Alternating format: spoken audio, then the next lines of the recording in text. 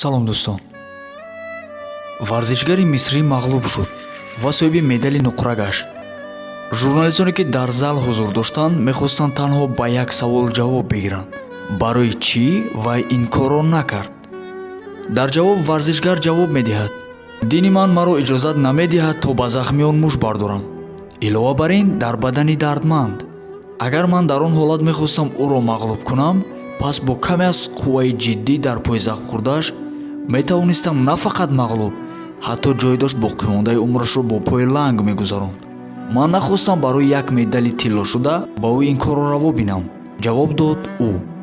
Дар ҷавоби Муҳаммад зал ӯро бо кафкӯбӣ қабул карданд ва Кумитаи байналмилалии фейрплей ӯро бо ҷоизаи варзишгари сол дар соли 1984 қадрдонӣ кард.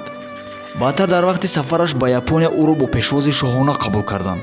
Дар он сол ҳазорҳо одамон дар тамоми ҷаҳон бо амали нишондодаи варзишгар дини исломро қабул карданд.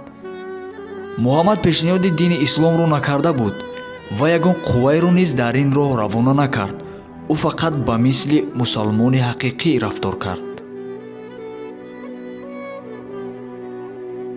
бале, дӯстони азиз, ҳар рафтори неке ки мо мусалмонон анҷомаш медиҳем метавонад дилҳои яхкардаро ба дини ислом гарм бисозад ва ӯро ба дини мо роҳбаладӣ бикунад.